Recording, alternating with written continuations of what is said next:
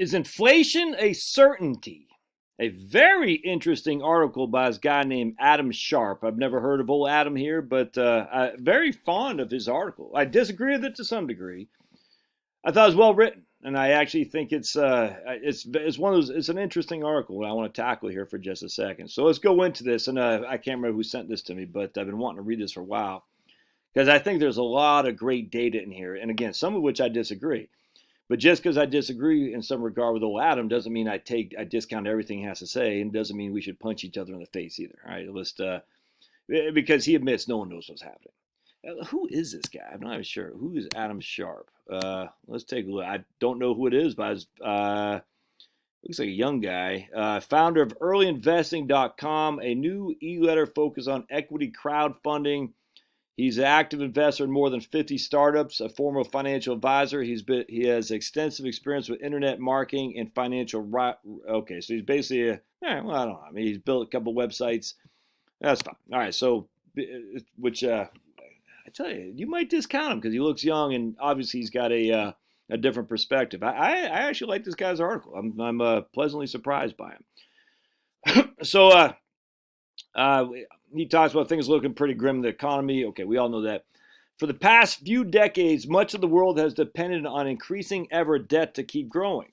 We all know this isn't sustainable, but we've been putting off dealing with it because we're afraid of the consequences. I believe this current crisis will force us to deal with the world's debt problem one way or the other. My view has long been that the powers that be will deal with the debt problem via inflation. If an economy sustains 10 to 15% inflation per year, for example, even massive amounts of debt can shrink in real terms. I could not agree more. That's absolutely right. We have never had 10 to 15% sustaining inflation in the U.S. ever. So that would be we don't know what that'd be. Yes, it'd be a massive amount of debt reduction. It's awful hard to imagine the U.S. With a sustainable inflation at that level. Just awful hard to imagine. But if reducing its debt is the number one thing, that's the way to do it, without question. Now, the commie virus has given the governments around the world the support they need to begin printing huge amounts of money and use that freshly printed money to pay for massive deficit spending.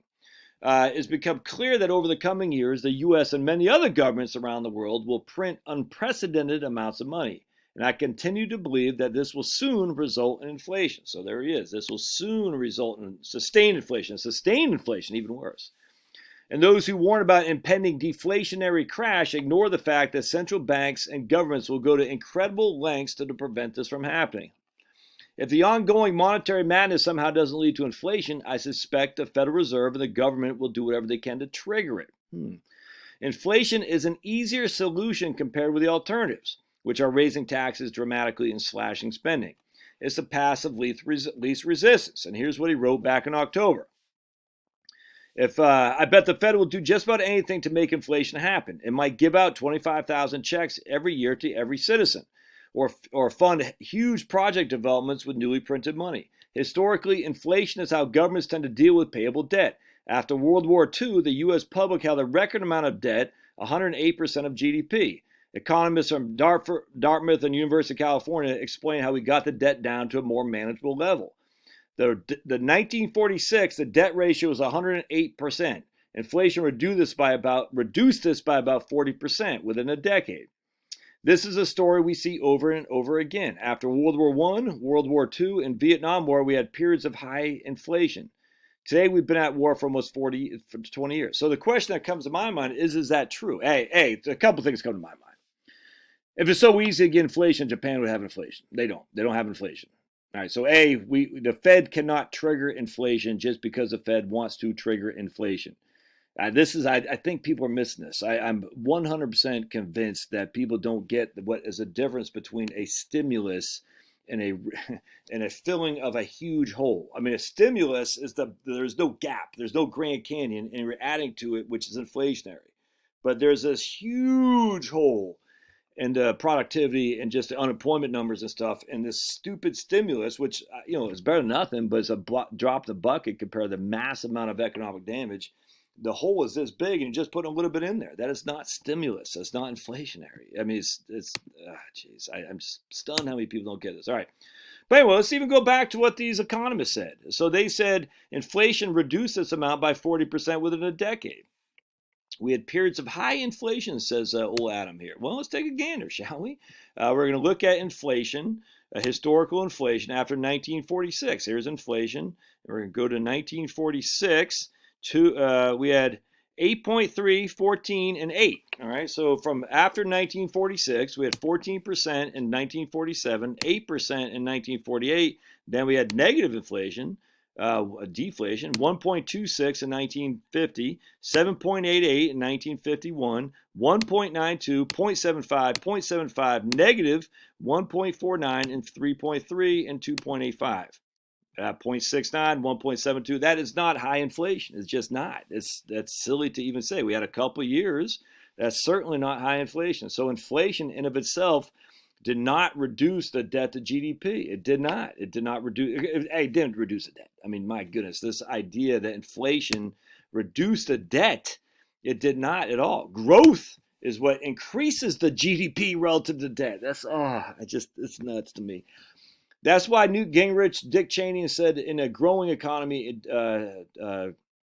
deficits don't matter. And I agree with that 100%. If you can get the GDP to expand, your debt to GDP levels inherently fall off because your debt is growing less rapidly than your growth of your GDP. But we just proved right there. At the end of 1946, there was not mass inflation. So I don't know what these professors are talking about as if inflation was able to reduce the debt rate down 40%. It was growth, man. Jeez, crazy. All right. So then on top of that, let's go back to the end of World War One. Was there huge inflation after World War One? No. We had a couple years. Let's see. World War One ended what, right here? So we had negative, 1, 0, 2, 1, negative. So just, it's nuts. The only time that this guy was right was in after the Vietnam War ended? I think he said after the Vietnam War. So in 1973, from 1982, we had inflation, but it wasn't because the government was it's simply because of stupid Nixon, man. So I completely disagree with that. There's no evidence of this at all. It's a contrary. Debt to GDP, the Japan model shows you that does not happen to bring inflation. The U.S. now is above 100% debt to GDP, and there is no inflation for the foreseeable future. There was no inflation that reduced the debt to GDP after World War I and World War II. There was none. None. The growth was going more, though, than the debt. So that was the reason why the debt to GDP numbers were going down. Today, the timeline for money printing inflation has accelerated significantly. He says, I simply don't see any other way out of this besides an inflationary period that helps wipe away the world's debt. I completely disagree. Completely. But he does say what I agree. Anything but bonds. There has been considerable discussion lately about formal debt jubilees. I have no idea how this would work. Debt jubilee is the only way to avoid depression, but it'd be incredibly disruptive. If this inflationary thesis proves correct, this guy's or debt jubilee happens, the one asset that will likely to be hit the worst is bonds. I don't know about the debt jubilee, but he's saying if we have inflation, we will have bonds will be horrific to own. I completely agree with that. In fact, I even argue in a deflation/depressionary society, corporate bonds will be tough to own too. I really do. I know they're fixed, but they're only fixed as good as the claims paying ability as a corporation that backs them. I would stay away from corporate bonds. No other way. I'd actually even stay away from municipal bonds, unless you're sure that your municipality is issuing them is highly financed. They got a lot of cash flows. They don't carry a lot of debt. Other than that, I would go straight to treasuries, man. Because don't forget, states, localities do not have the ability to print their way out of debt. Only the federal government can do that. And the federal government prints way out of debt is inflationary, like this guy is saying. But you cannot do that at the Commonwealth of Virginia. You cannot do it at the freaking Richmond, Virginia. You can't.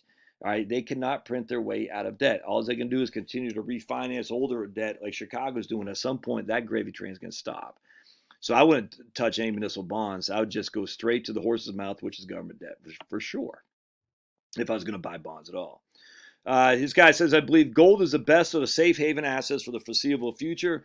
Precious metals should be an important part of every investor's portfolio. I completely 100% agree with that, 100%.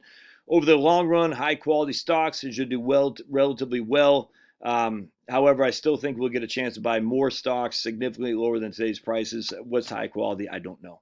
I just read Schlumberger has cut their dividend. Was that a high quality? I don't know. I mean, I imagine some people thought it would be. But this is where I kind of agree on. And now this guy has this is his, I say incentive. But anyway, startups are one of the few asset classes with the potential to grow faster than even 10 plus rates of inflation. We don't know how exactly the situation will play out, so it's best to take a diversified approach to portfolio management. However, bonds are one area I don't see any upside at all. Anyway, so on the, let's see, but he does say, I actually agree with that. Startup, owning your own business. Owning your own business is the one way out of this mess to get above the rate of inflation, depression, whatever it's going to be, with just the same amount of risk as owning somebody else's business, which is a stock. You're owning someone else's business. Why not just own your own? These are just my opinions, of course. This is unprecedented time. It's difficult to see how this will play out. Yep. One last about silver linings. If the ongoing monetary experiment does weaken the dollar substantially, I see again, I don't understand that. Why would it weaken the dollar? What is the alternative? I just don't get. It'll weaken the dollar against what? What is going to take the place? I don't get that.